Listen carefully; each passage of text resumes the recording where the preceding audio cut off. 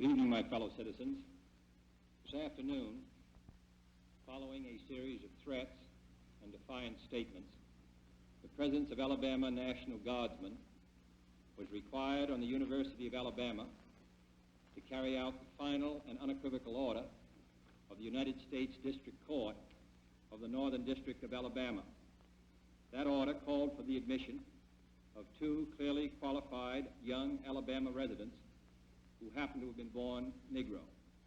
That they were admitted peacefully on the campus is due in good measure to the conduct of the students of the University of Alabama who met their responsibilities in a constructive way.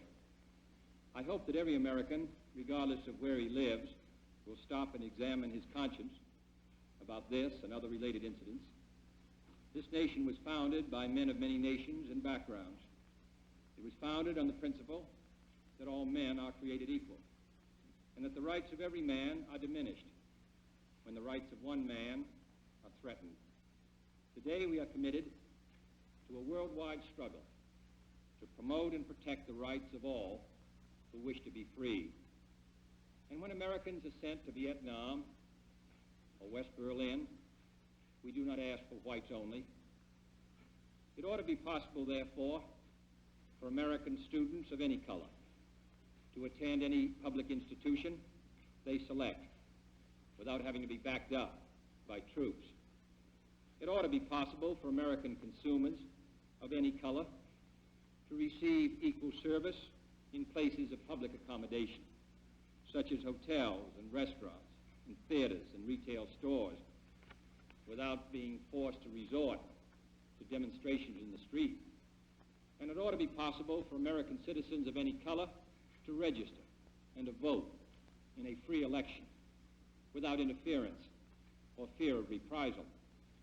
It ought to be possible, in short, for every American to enjoy the privileges of being American without regard to his race or his color. In short, every American ought to have the right to be treated as he would wish to be treated, as one would wish his children to be treated. But this is not the case. The Negro baby born in America today, regardless of the section of the state in which he is born, has about one-half as much chance of completing a high school as a white baby, born in the same place on the same day. One-third as much chance of completing college. One-third as much chance of becoming a professional man. Twice as much chance of becoming unemployed. About one-seventh as much chance of earning $10,000 a year. A life expectancy which is 7 years shorter, and the prospects of earning only half as much. This is not a sectional issue. Difficulties over segregation and discrimination exist in every city, in every state of the Union, producing in many cities a rising tide of discontent that threatens the public safety. Nor is this a partisan issue. In a time of domestic crisis, men of goodwill and generosity should be able to unite regardless of party or politics. This is not even a legal or legislative issue alone. It is better to settle these matters in the courts than on the streets, and new laws are needed at every level. But law alone cannot make men see right. We are confronted primarily with a moral issue. It is as old as the Scriptures and is as clear as the American Constitution. The heart of the question is whether all Americans are to be afforded equal rights and equal opportunities, whether we are going to treat our fellow Americans as we want to be treated. If an American, because his skin is dark, cannot eat lunch in a restaurant open to the public, if he cannot send his children to the best public school available, if he cannot vote for the public officials who represent him, if, in short, he cannot enjoy the full and free life which all of us want, then who among us would be content to have the color of his skin changed and stand in his place? Who among us would then be content with the counsels of patience and delay? 100 years of delay have passed since President Lincoln freed the slaves, yet their heirs, their grandsons, are not fully free. They are not yet freed from the bonds of injustice. They are not yet freed from social and economic oppression. And this nation, for all its hopes and all its boasts, will not be fully free until all its citizens are free. We preach freedom around the world, and we mean it. And we cherish our freedom here at home. But are we to say to the world, and much more importantly, to each other, that this is a land of the free, except for the Negroes? That we have no second-class citizens, except Negroes? That we have no class or caste system, no ghettos, no master race, except with respect to Negroes? Now the time has come for this nation to fulfill its promise. The events in Birmingham and elsewhere have so increased the cries for equality that no city or state or legislative body can prudently choose to ignore them. The fires of frustration and discord are burning in every city, north and south. Where legal remedies are not at hand, redress is sought in the streets, in demonstrations, parades, and protests, which create tensions and threaten violence and threaten lives. We face, therefore, a moral crisis as a country and a people. It cannot be met by repressive police action. It cannot be left to increase demonstrations in the streets. It cannot be quieted by token moves or talk. It is a time to act in the Congress, in your state and local legislative body, and above all, in all of our daily lives. It is not enough to pin the blame on others, to say this is a problem of one section of the country or another, or deplore the facts that we face. A great change is at hand, and our task, our obligation, is to make that revolution, that change, peaceful and constructive for all. Those who do nothing are inviting shame as well as violence. Those who act boldly are recognizing right as well as reality. Next week, I shall ask the Congress of the United States to act, to make a commitment it has not fully made in this century to the proposition that race has no place in American life or law. The federal judiciary has upheld that proposition in a series of forthright cases. The executive branch has adopted that proposition in the conduct of its affairs, including the employment of federal personnel, the use of federal facilities, and the sale of federally financed housing.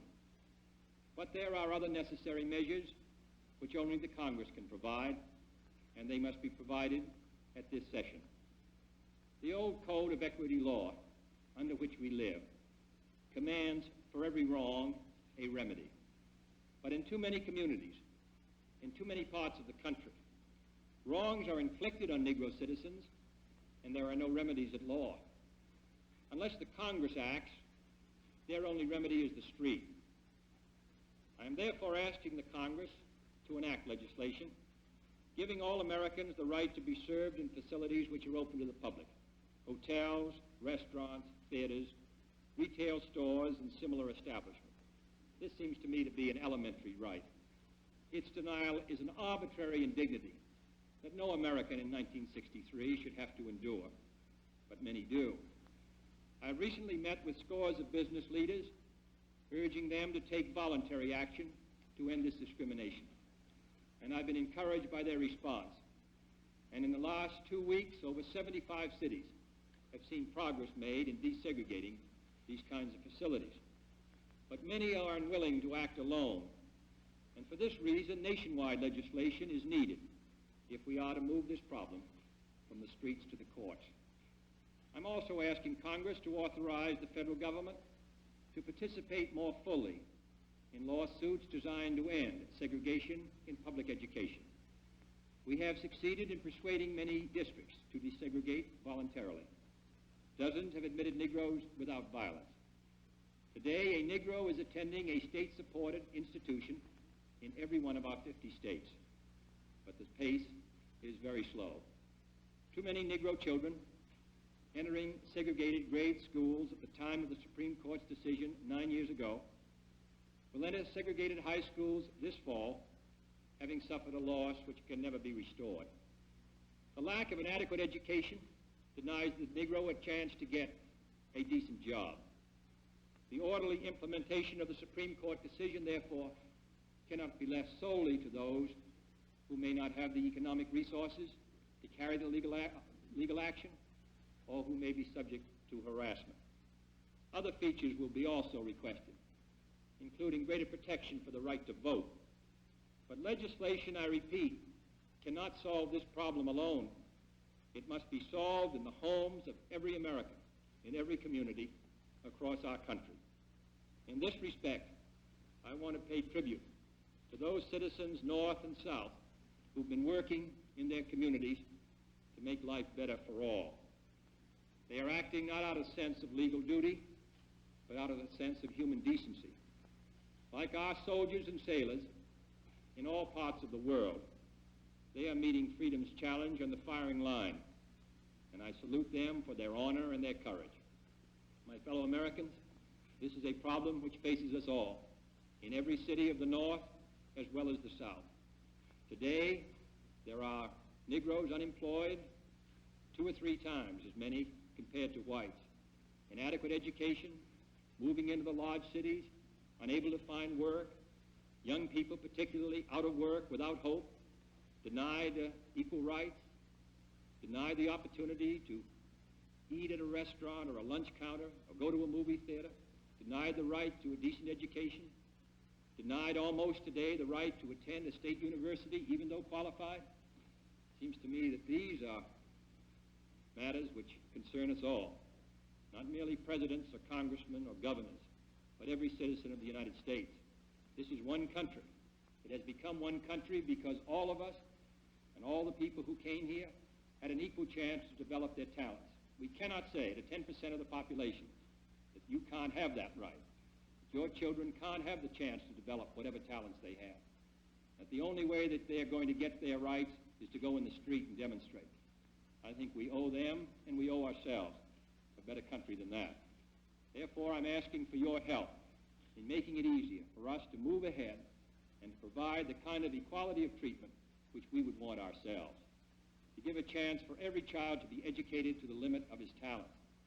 As I've said before, not every child has an equal talent or an equal ability or equal motivation, but they should have the equal right to develop their talent and their ability and their motivation to make something of themselves.